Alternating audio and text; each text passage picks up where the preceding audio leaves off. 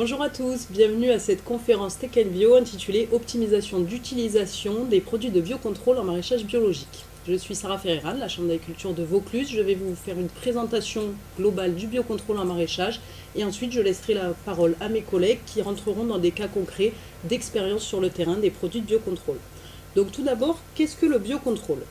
Le biocontrôle est défini en fait par la loi et plus particulièrement par l'article L253-6 du Code rural et de la pêche maritime et qui définit en fait le biocontrôle comme le recours à des agents et produits utilisant des mécanismes naturels dans le cadre de la lutte intégrée contre les ennemis naturels, les ennemis des cultures. Plus particulièrement, en fait, cela comprend en particulier les macro-organismes d'une part, donc il s'agit en fait tout simplement des auxiliaires des cultures, et d'autre part les produits phytopharmaceutiques. Donc ils sont de plusieurs types, ça peut être les médiateurs chimiques, donc on connaît en particulier les phéromones et les chéromones, qu'on trouve dans les pièges à phéromones par exemple. Ça peut être également des micro-organismes, donc différents micro-organismes comme des levures, des bactéries ou des champignons principalement, ou des substances naturelles qui peuvent être d'origine végétale, animale ou minérale, selon les cas. Donc ça, c'est ce qu'on peut appeler la définition du biocontrôle au sens large. En fait, au sein de ces produits, il y a certains produits qui sont plus vertueux qui vont être en fait regroupés dans une liste. Donc c'est la liste des produits de biocontrôle. C'est une liste qui est établie chaque mois par le ministère de l'Agriculture et de l'Alimentation et qui en fait regroupe des produits qui répondent aux critères définis dans les articles L253-5 et 7 du Code rural et de la pêche maritime. Donc en fait les critères sont les suivants. Tout d'abord au niveau du statut réglementaire, le produit doit avoir une autorisation de mise sur le marché disponible. Il doit avoir une substance active qui répond, qui est de plusieurs natures, donc on l'a vu, c'est la même chose qu'avant, soit des micro-organismes, soit des médiateurs chimiques ou des substances naturelles. Et enfin, et c'est le critère le plus important, puisque c'est celui qui fait que certains produits sont des biocontrôles au sens large, mais ne pourront pas rentrer dans la liste, les produits de la liste doivent être sécuritaires pour la santé et l'environnement. En fait, pour chaque produit, il existe des mentions de danger qui représentent en fait la toxicologie du produit. Et pour rentrer dans la liste, les produits, certaines mentions de danger sont tout simplement interdites. On va voir des cas concrets par la suite, ça sera plus concret. La liste des produits de biocontrôle, donc en fait elle est en ligne sur internet, comme je l'ai dit, elle sort chaque mois, vous la trouvez très facilement, donc par exemple sur le site de la DRAFPACA, donc je vous ai mis un exemple ici de la dernière liste qui est sortie, donc vous avez sur la gauche la première page tout simplement, les premières pages sont en fait une reprise de la réglementation, et donc vous voyez ici un exemple de liste qui est en fait le début de l'annexe avec la liste de tous les micro-organismes présents dans cette liste de biocontrôle. Donc voilà, ça c'était juste pour montrer un peu à quoi ça ressemble. Donc voilà pour ce qui est des produits de la liste. Donc ce qu'il faut retenir, c'est qu'on a le biocontrôle au sens large et au sein de ces produits, des produits qui entrent dans la liste parce que plus inoffensifs pour la santé et l'environnement. Quels sont les avantages pour un produit d'être biocontrôle? En fait, il faut savoir que le gouvernement a la volonté de favoriser le développement des biocontrôles et cela passe en fait par des allègements réglementaires. Donc pour les produits de biocontrôle au sens large, comme on l'a vu en premier, il s'agit en fait d'une taxe réduite et de procédures accélérées pour les demandes d'autorisation de mise sur le marché. En fait, il faut savoir que pour autoriser un produit phytopharmaceutique, une firme a des coûts qui sont très importants, de l'ordre de plusieurs millions d'euros, c'est vraiment des dossiers très lourds. Quand le produit est de biocontrôle, c'est vraiment allégé, donc ça permet que la firme ait plus de facilité à aller jusqu'à l'homologation. D'autre part, pour les produits qui sont inscrits sur la liste du ministère, donc comme on l'a dit, ceux qui répondent aux critères vus précédemment, il y a d'autres allègements réglementaires. Tout d'abord, la possibilité de faire de la publicité commerciale, puisqu'il faut savoir que c'est interdit pour tous les autres produits phytopharmaceutiques. La possibilité de les utiliser dans les zones non agricoles, comme par exemple les espaces verts, les forêts, etc. Et également une réduction du taux de la taxe sur la vente. Il y a également d'autres allègements que je ne décrirai pas ici. Mais voilà, il faut bien comprendre que tous ces facteurs sont faits pour mettre en avant le biocontrôle, puisque le principe est qu'il se développe de plus en plus. Donc pour parler du développement du biocontrôle, on peut s'appuyer sur cette courbe qui est issue du site de IBMA France, qui est en fait l'association française des entreprises des produits de biocontrôle. Donc vous voyez qu'aujourd'hui, le marché du biocontrôle représente tout de même 11% du marché de la protection des plantes. Il faut savoir qu'IBMA a la volonté de dépasser les 30% d'ici à 2030. Donc vous voyez quand même une augmentation certaine qui est imagée sur la courbe que vous avez ici, avec un marché qui a plus que doublé en 4 ans, pour atteindre aujourd'hui plus de 200 millions d'euros.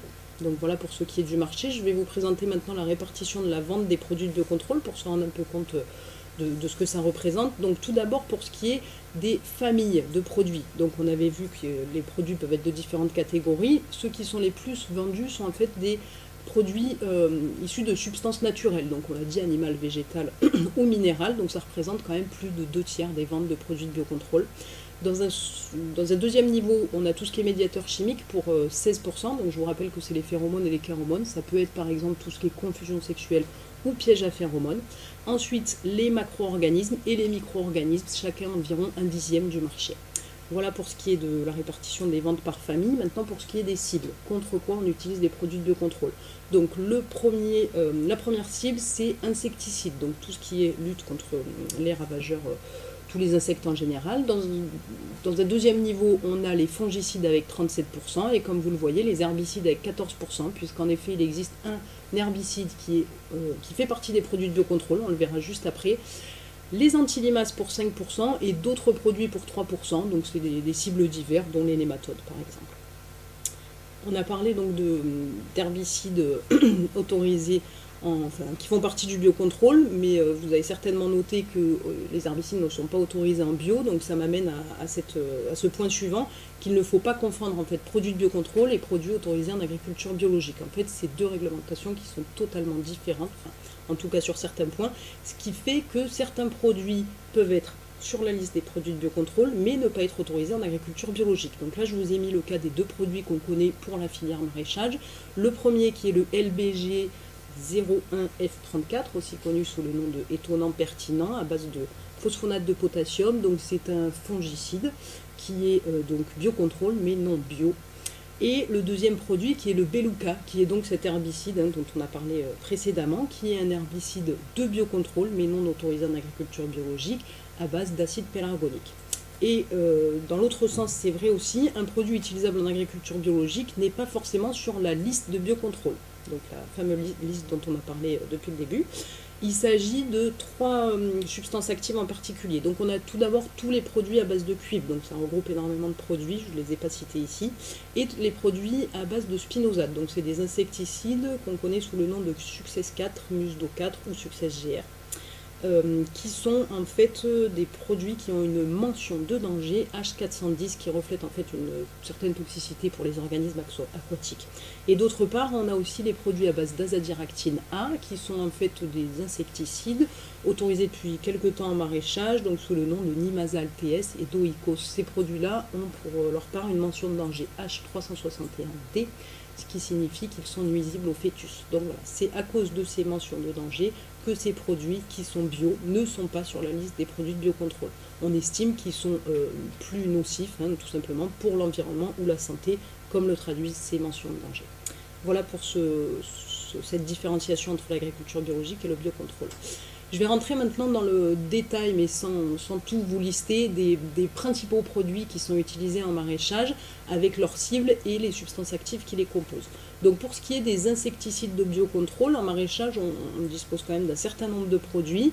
On va les détailler par type de substance active. Encore une fois, je ne vais pas donner tous les noms commerciaux de matières actives, de produits commerciaux, pardon. Le but, c'est vraiment que vous ayez un peu un aperçu global.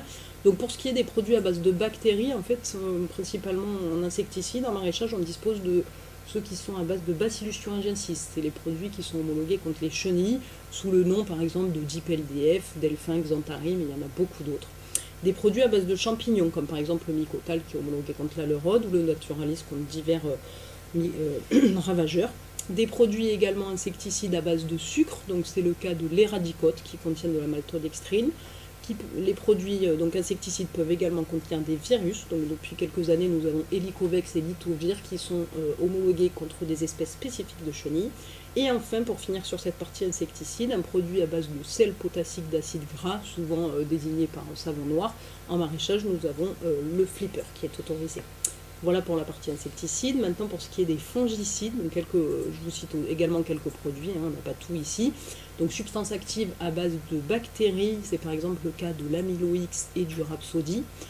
Et également de nombreux biocontrôles à base de champignons. Donc, je cite ici le Trianum, le Prestop, le Trisoil, le Contense, qui ont des cibles très diverses. Par exemple, Le Contense est autorisé pour lutter contre le sclérotinia, donc une maladie du sol, alors que le Prestop a entre autres une autorisation sur le botrytis en aérien. Donc voilà, des cibles qui sont très divers.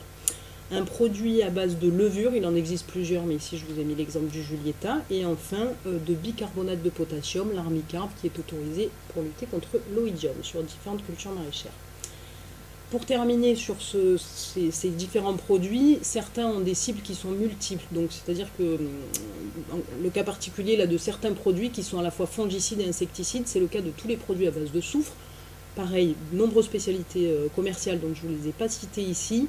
Les soufres sont autorisés surtout contre l'oïdium, mais certains ont également des autorisations contre la cariose bronzée sur tomate.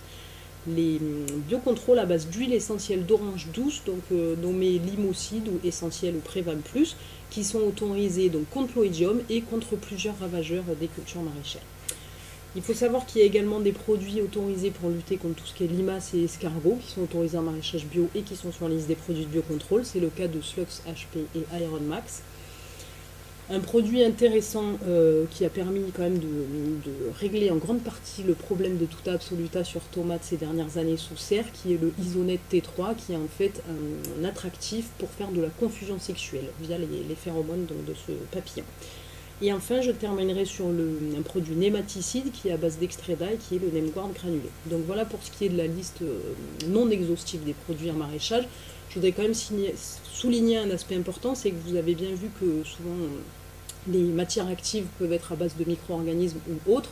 Ce qu'il faut bien retenir, c'est que si on compare en généralisant ces produits de biocontrôle avec les produits phytopharmaceutiques classiques, chimiques, j'ai envie de dire, on se rend compte qu'en fait leur efficacité peut être plus aléatoire. En fait, c'est des produits qui bien souvent ont besoin de conditions d'application très précises. Ça peut être des besoins en hygrométrie ou en température qui sont vraiment spécifiques.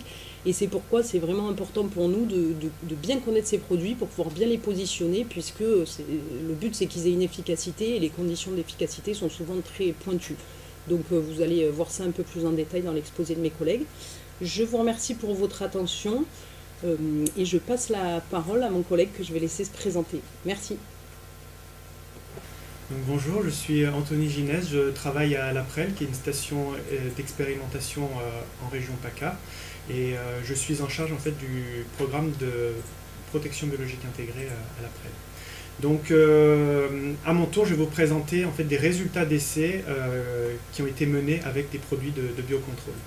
Donc Sarah vient de le présenter. Dans la boîte à outils du biocontrôle, on a en fait donc les auxiliaires qui sont des macro-organismes. Là, je vous ai mis en photo, donc on a par exemple des prédateurs comme Macrolophus que l'on peut voir à gauche sur la photo, ou alors des parasitoïdes comme sur la photo de droite. Et en plus de ces auxiliaires, on a aussi donc tous les produits de biocontrôle, donc des micro-organismes, des substances naturelles, des médiateurs chimiques. Donc ce sont des outils qui vont être combinés pour mettre en place des stratégies efficaces pour se protéger contre les différents bioagresseurs des cultures. Donc il y a quand même pas mal de questionnements sur les produits de biocontrôle. Ce sont des produits, parfois des produits qui contiennent du vivant, donc il y a des conditions d'application qui sont importantes à respecter pour avoir une efficacité optimale, mais on ne les connaît pas toujours très bien, ces conditions d'application. Il y a aussi, voilà, comme je le disais tout à l'heure, on a sur les cultures des insectes auxiliaires qui sont installés.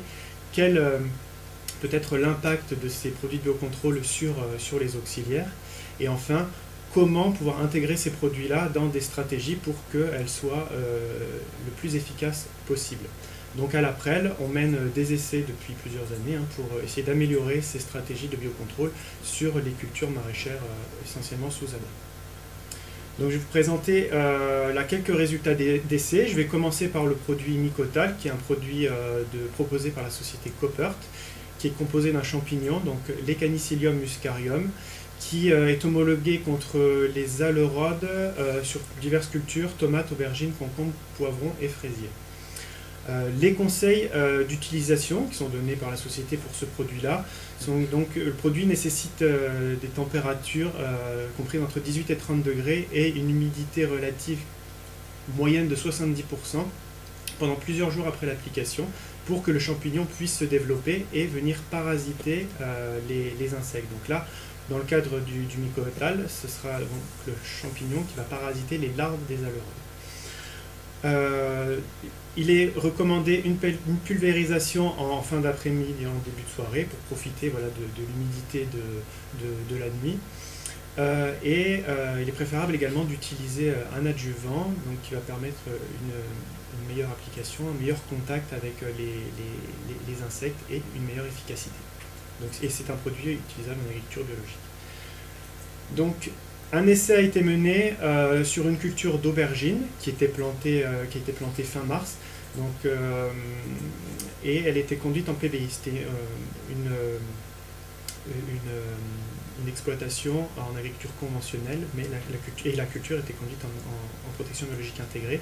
Sur la culture étaient introduits des auxiliaires, donc Amblyssus swirski, pour protéger la culture contre les thrips et les aleurodes, et Macrolophus pygmeus contre les aleurodes. Alors,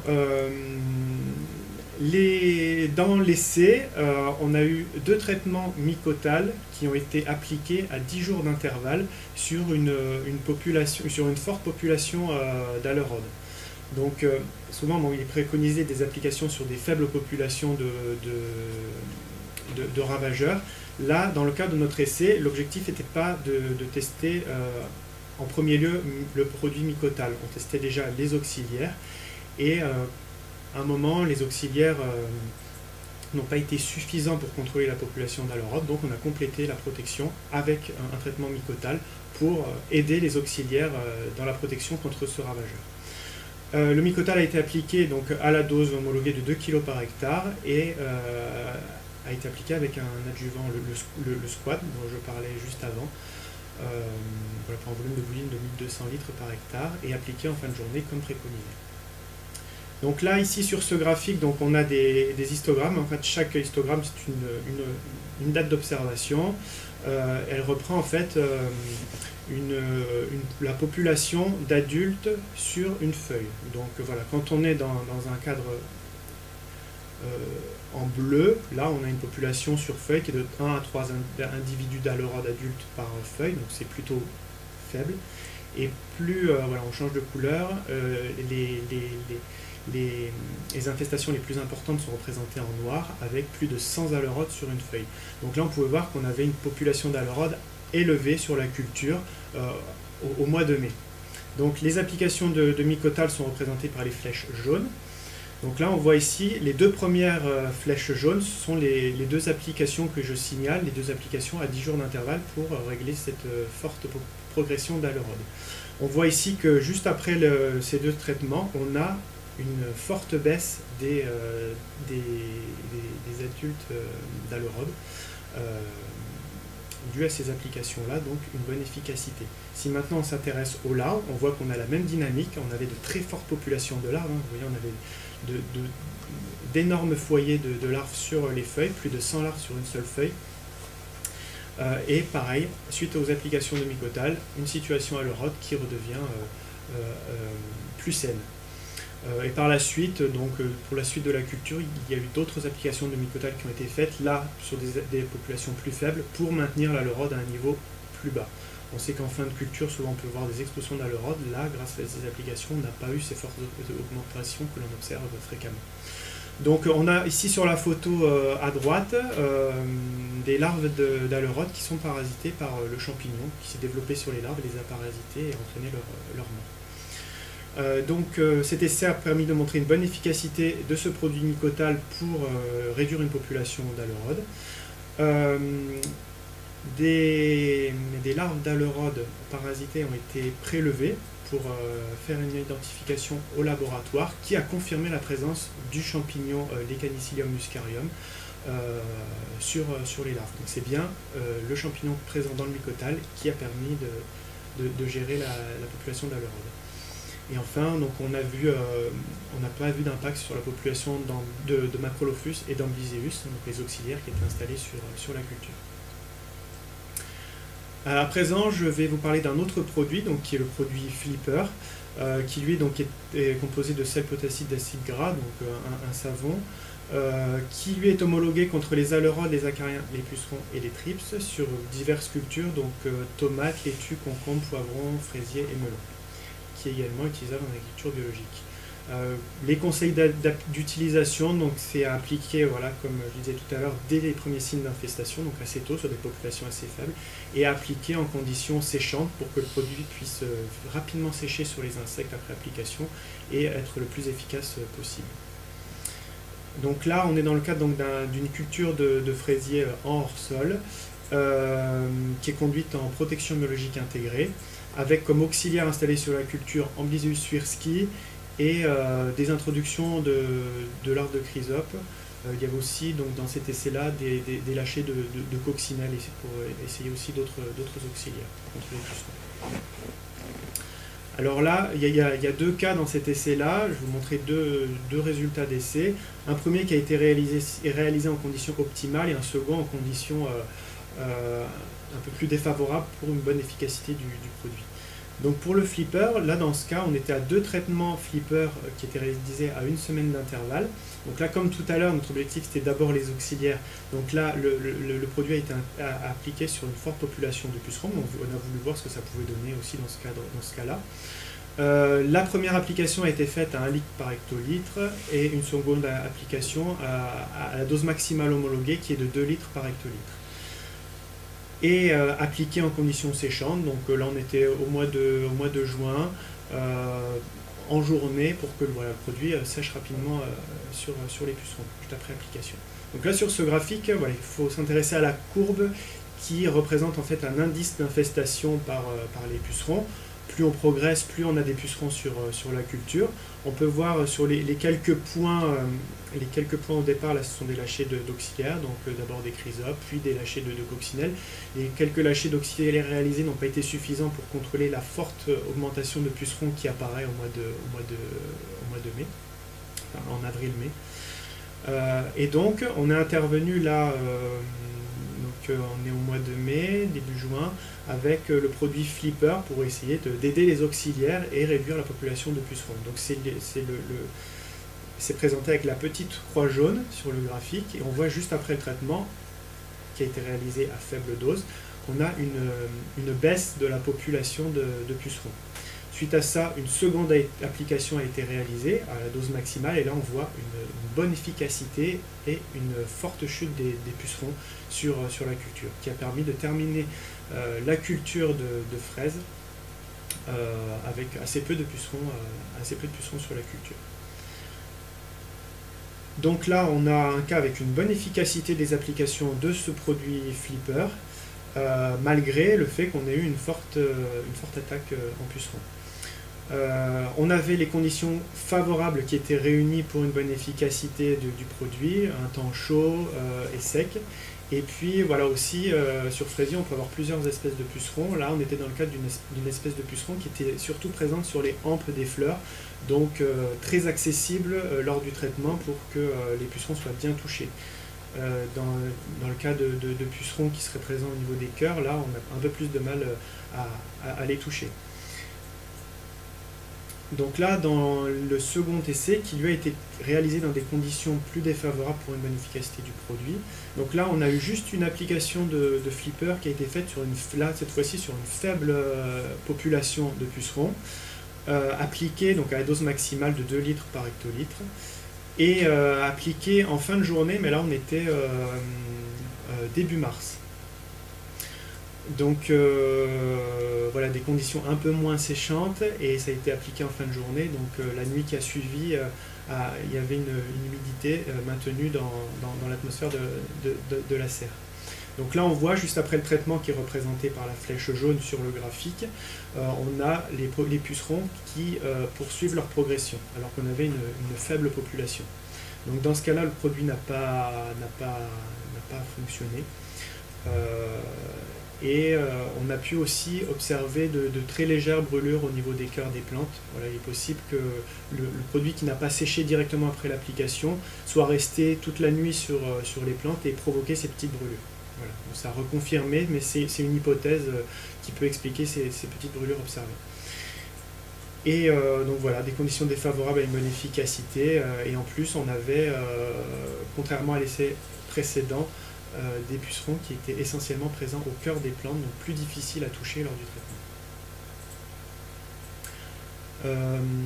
Là, je vous présente un troisième produit, donc différent. Donc cette fois-ci, ce sont des phéromones de confusion sexuelle, avec le produit Isonet T3 proposé par la société CBC Biogarde, qui lui donc est homologué uniquement contre Tota absoluta sur tomate. Donc ça se présente comme on le voit sur la photo. Là, c'est un petit fil à accrocher dans les serres. Donc les conseils d'utilisation sont à respecter scrupuleusement. Il faut les appliquer quelques jours avant la plantation dans tous les abris de l'exploitation, dans tous les abris où on a de la tomate, en installer à la dose de 1000 diffuseurs par hectare, de manière homogène, en les renforçant au niveau des bordures, les bordures qui constituent les entrées des ravageurs. Et aussi, il est important de renouveler les diffuseurs tous les 120 à 160 jours, selon la saison. En été, la diffusion des phéromones est plus rapide, donc il faut resserrer les renouvellements et bien renouveler pour éviter de laisser rentrer des Tota dans la culture.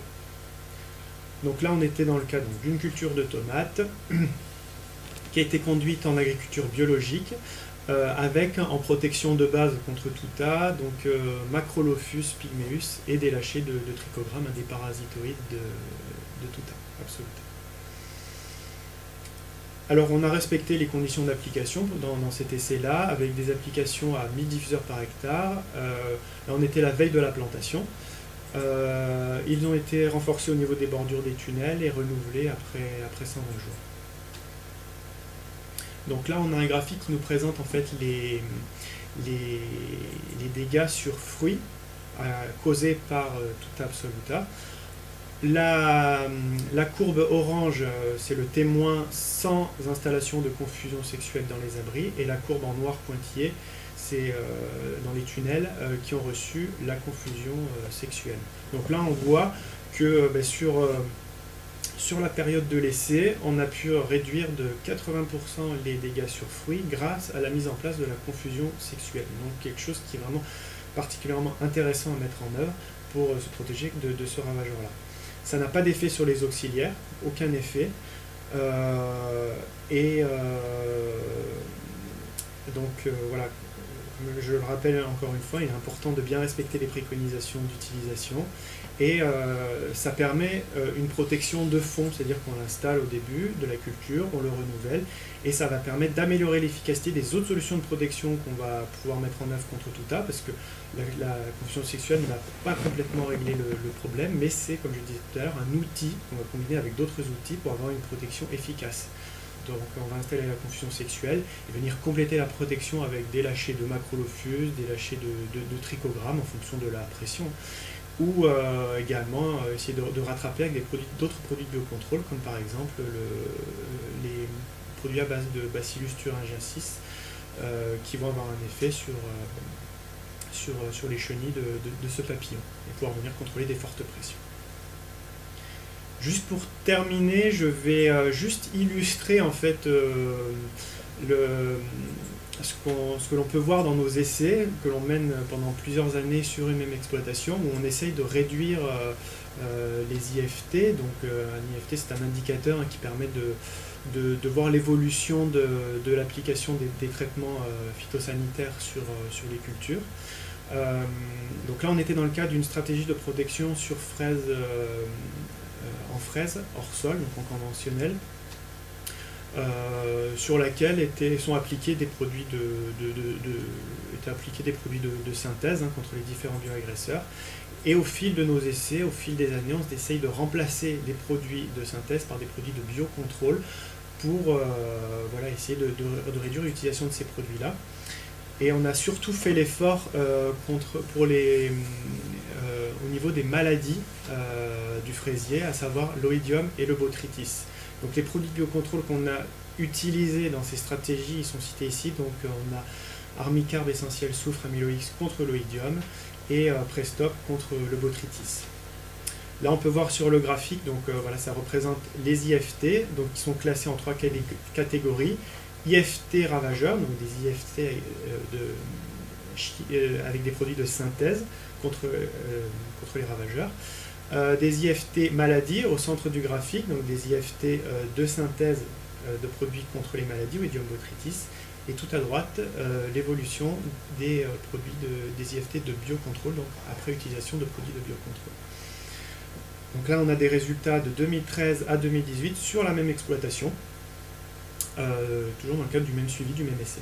Donc on voit que sur les maladies, au départ on avait un IFT de synthèse de 14 qui a été fortement réduit pour finir à la fin du projet grâce au remplacement des produits de synthèse par des produits de biocontrôle avec un IFT à 1,5.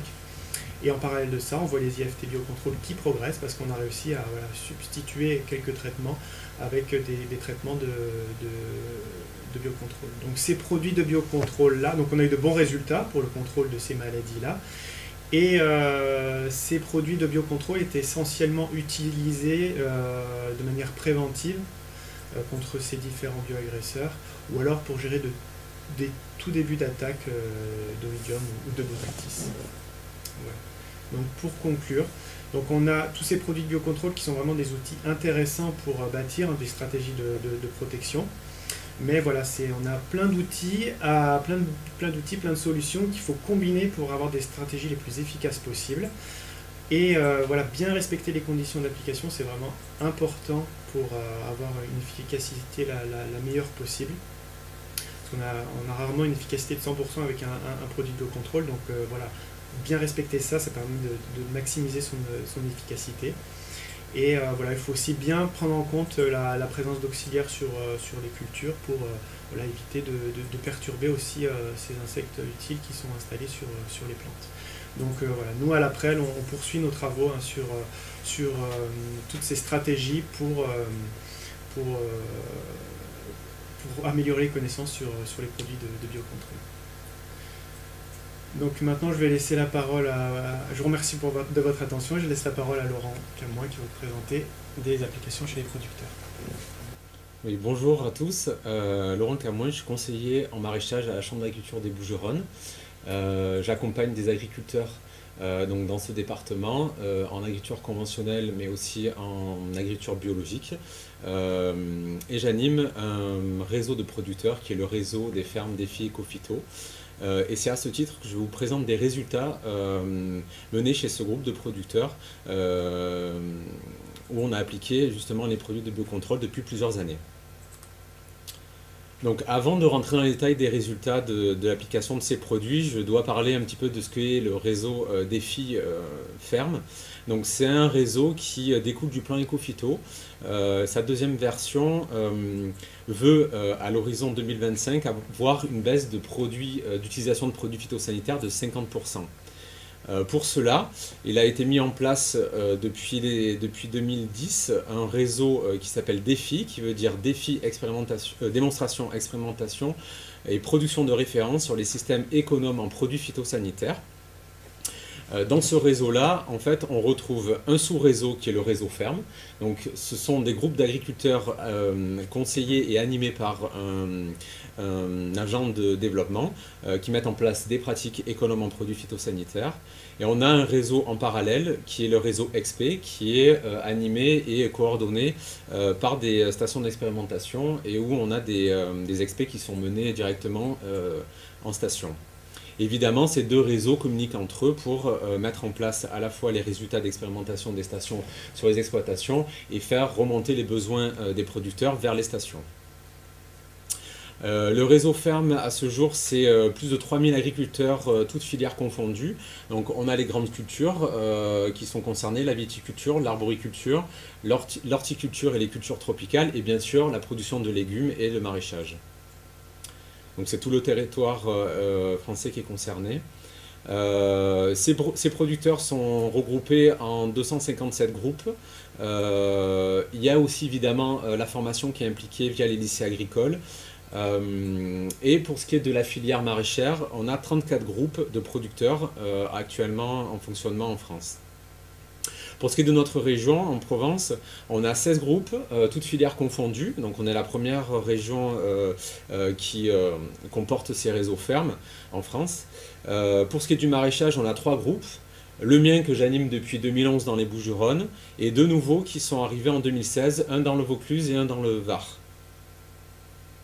Pour ce qui est de mon réseau, du coup, c'est centré sur les Bouches-du-Rhône et donc sur la zone de production principale des Bouches-du-Rhône qui est le nord et sud Alpilles.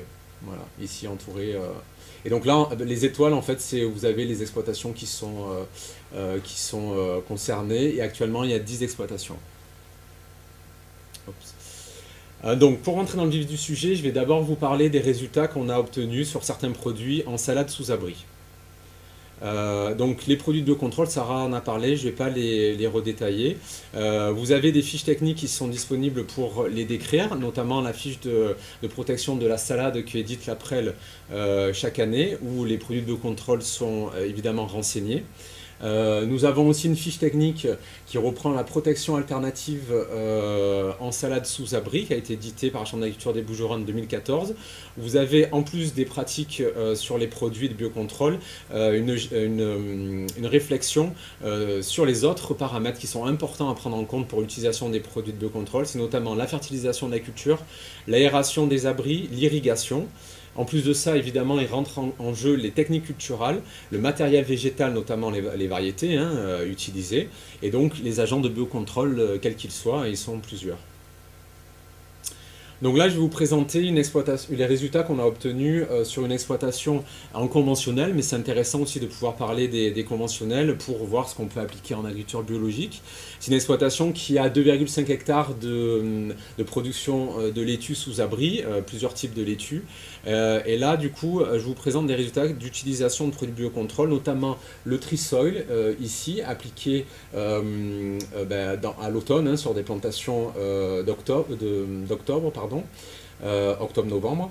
Une application de Contense aussi, et puis ensuite sur la fin de cycle de l'Amylo-X.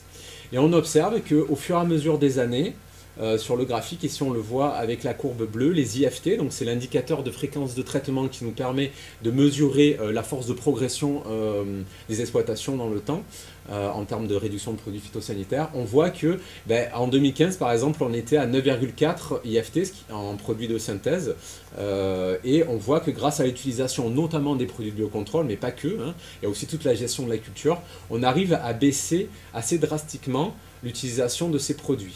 En parallèle, on voit que la courbe verte ici, qui représente l'IFT de produits de biocontrôle, augmente. C'est ce que Anthony a montré tout à l'heure aussi, c'est qu'en parallèle, évidemment, on utilise d'autres produits, notamment les produits de biocontrôle. On est arrivé à ce jour à baisser de 70% l'IFT de synthèse, ce qui est quand même très très important et qui va au-delà de ce que souhaite actuellement la politique nationale. C'est un cas particulier, évidemment, toutes les exploitations n'arrivent pas à ce niveau. Ça dépend évidemment de quel niveau on se place. Si évidemment on a déjà fait des progrès avant de rentrer dans ce système-là, évidemment on a des résultats qui sont moins importants, mais qui peuvent l'être quand même d'une certaine mesure. Là, je vais vous parler spécifiquement d'un essai qu'on a réalisé en 2016 sur Trisol, sur 2 exploitations en agriculture conventionnelle, en salade. Donc, il a été appliqué sur une exploitation à Mayenne, donc le produit Trisoil, qui est un produit à base de Trichoderma atroviridé, qui a pour objectif de lutter contre le sclérotinia de la salade et le rhizoctonia notamment. En gros, ça englobe les pourritures de collets. Voilà. Là, on voit une photo en fait en récolte de la salade où on voit que les collets sont tout à fait sains. Et on avait l'ensemble des modalités traitées avec le Trisol qui étaient comme ça. Là, on voit en récolte les feuilles qui sont parées. On est sur des salades qui font plus de 350 grammes. On est à 400-500 grammes là en récolte. Donc évidemment, il y a des feuilles qui restent au sol puisque les salades sont trop lourdes. Mais en gros, c'est pour vous montrer que les salades tiennent et qu'elles sont bien ramassées en récolte. Là, on voit en fait toutes les salades qui sont coupées et entassées, donc sur la modalité Trisoil, avant d'être mis en caisse de 12. Et on voit que le produit a tout à fait rempli son objectif. On a des salades qui sont saines. Donc, comment a été introduit le produit dans cet essai? Donc, il a été utilisé évidemment des produits de synthèse, notamment contre les insectes en début. Après, il y a eu un contence et un trisol d'appliquer donc à la plantation. Et ensuite, on est sur des produits qui sont des antifongiques qui sont appliqués en foliaire sur la fin de cycle. Mais ce sont des produits qui ont assez peu d'impact en général sur les pourritures de collée puisqu'ils sont appliqués tardivement et leur objectif c'est pas d'agir sur les pourritures de collée, c'est d'agir notamment sur le brémia et sur le botrytis qui peut avoir lieu sur les feuilles. On n'agit pas forcément sur le collet à ce niveau-là. Évidemment, en parallèle, et on va pas dire en parallèle, mais surtout en même temps, hein, il a été appliqué une bonne gestion de l'aération des abris. C'est essentiel pour avoir des salades saines. Donc ça passe par notamment l'aération optimisée. Donc on ouvre tous les ouvrants latéraux sur les tunnels et on bride le fêtage pour avoir le minimum de pluie qui rentre dans la serre, mais avec beaucoup de ventilation d'air. Et on limite les irrigations pour éviter d'avoir trop d'eau sur les plantes. Évidemment, les bassinages qui sont faits en fin de cycle sont nécessaires pour éviter d'avoir du bordage, donc ceux-là sont toujours réalisés. Et on obtient donc dans ce résultat-là, par rapport à l'entrée du producteur dans le réseau, on a obtenu en 2016 une réduction de 52% de ces IFT, notamment grâce à l'introduction de ces produits, dont le Trisoil, et aussi la gestion de l'aération et de l'irrigation.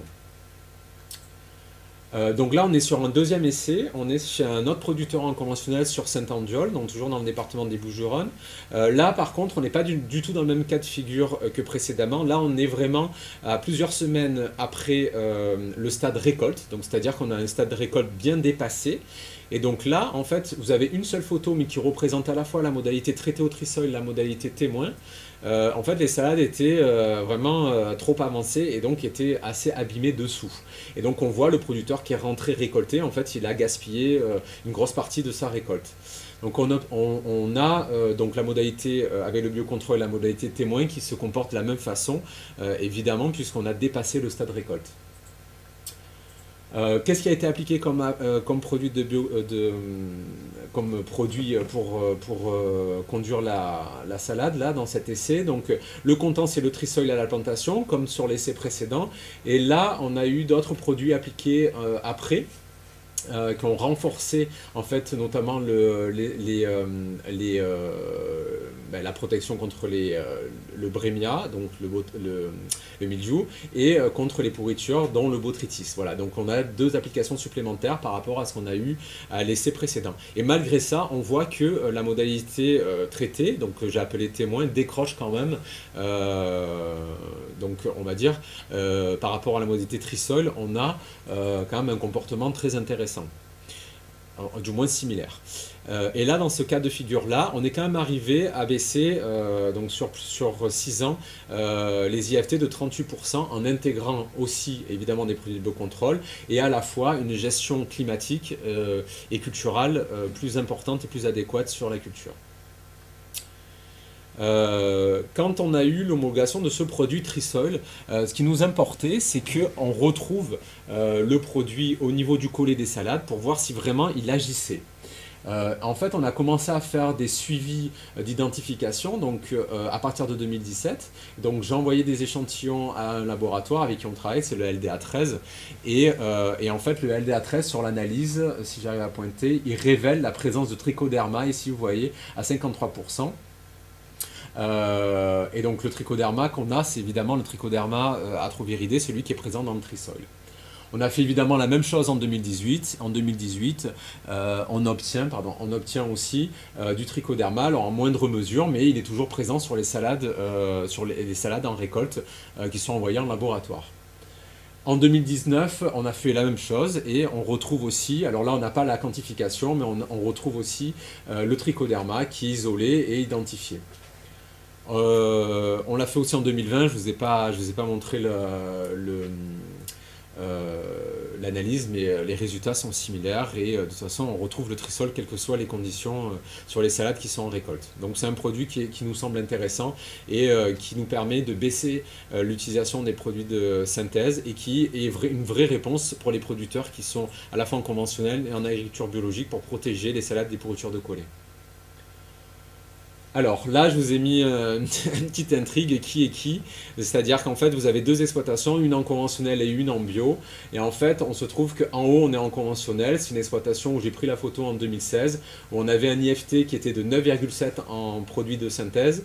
Et en produit de biocontrôle, on était à 2,4.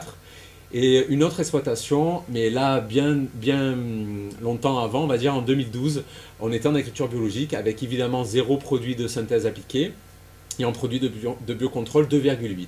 Alors pourquoi je vous ai mis ça? C'est pour vous dire que sur des paramètres qui sont assez similaires en termes de variété et de densité de plantation, ce qui compte, c'est pas forcément uniquement l'application des produits de biocontrôle, c'est vraiment la gestion des conditions culturales, la gestion de l'aération, de l'irrigation, de la fertilisation, c'est vraiment ça qui prime.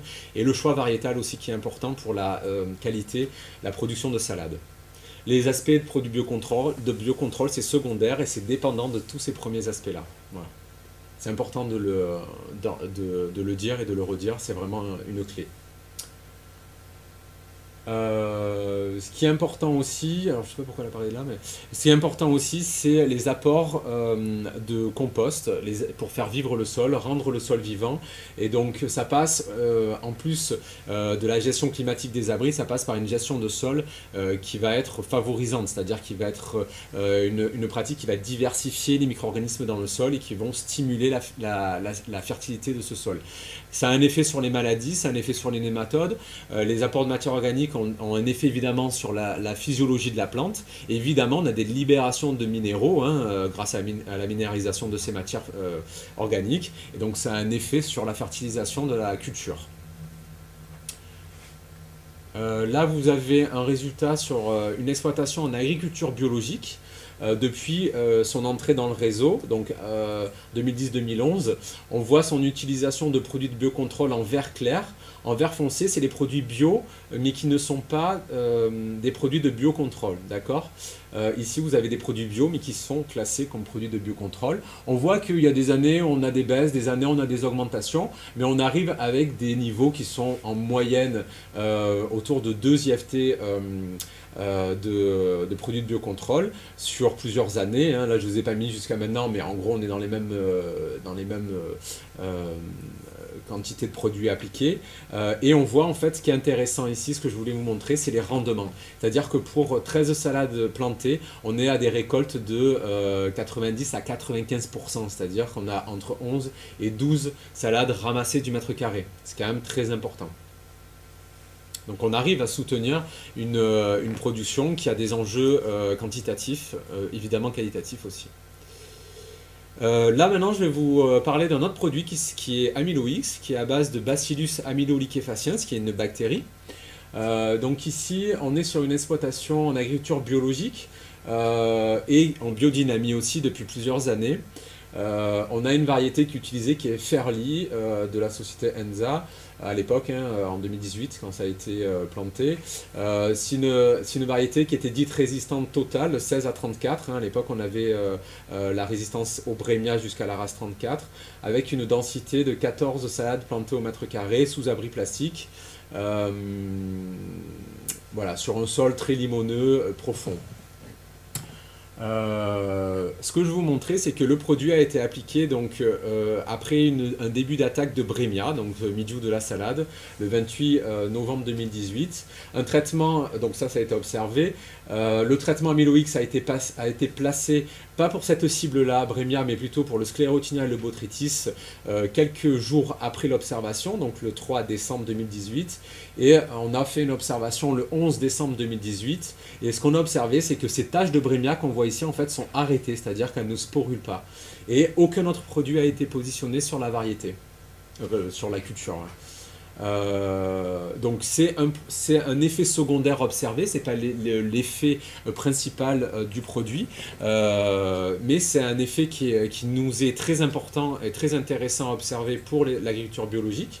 Il faut savoir qu'à ce jour, on a un produit qui est autorisé pour cet usage qui s'appelle Taegro de la société Syngenta, qui est commercialisé actuellement nous dans la région et le département.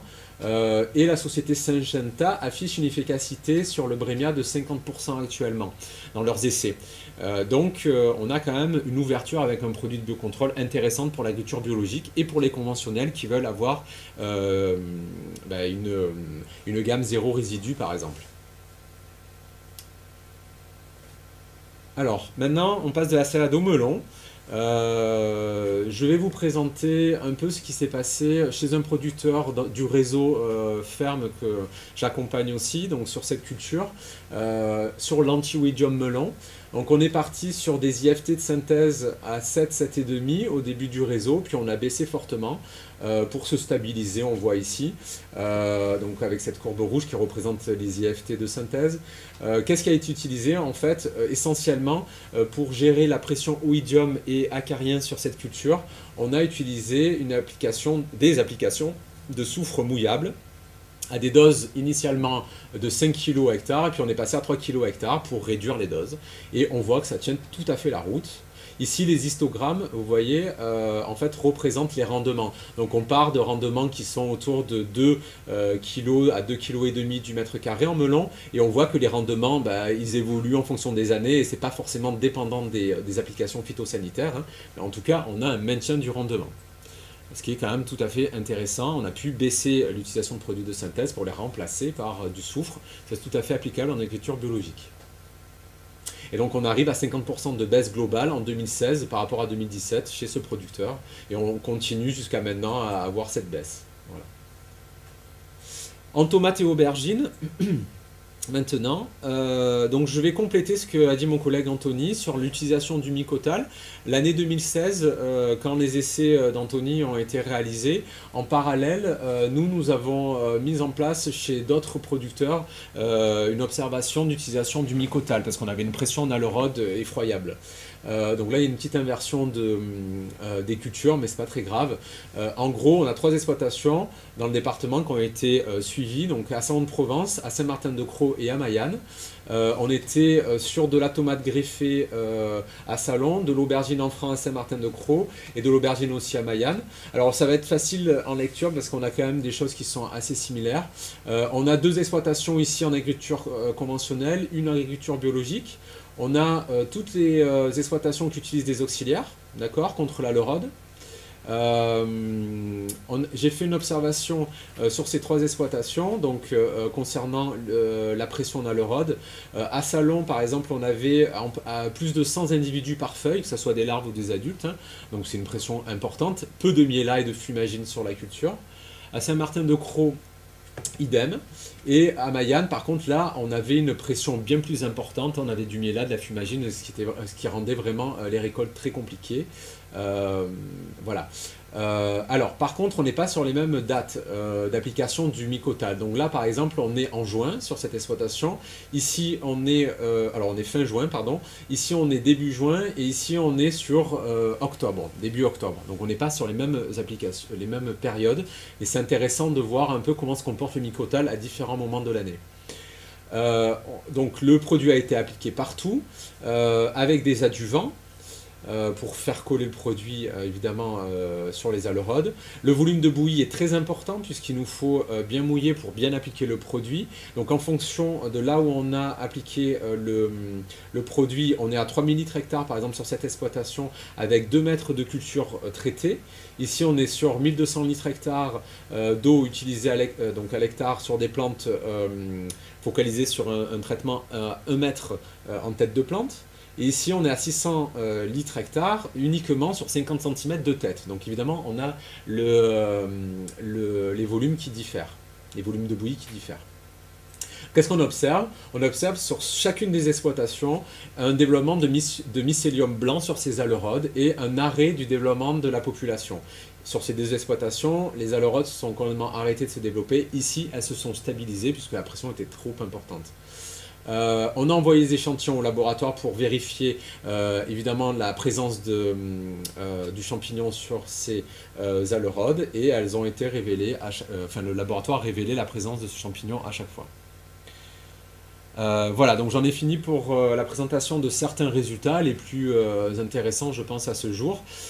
Pour aller plus loin, si vous avez besoin de voir les résultats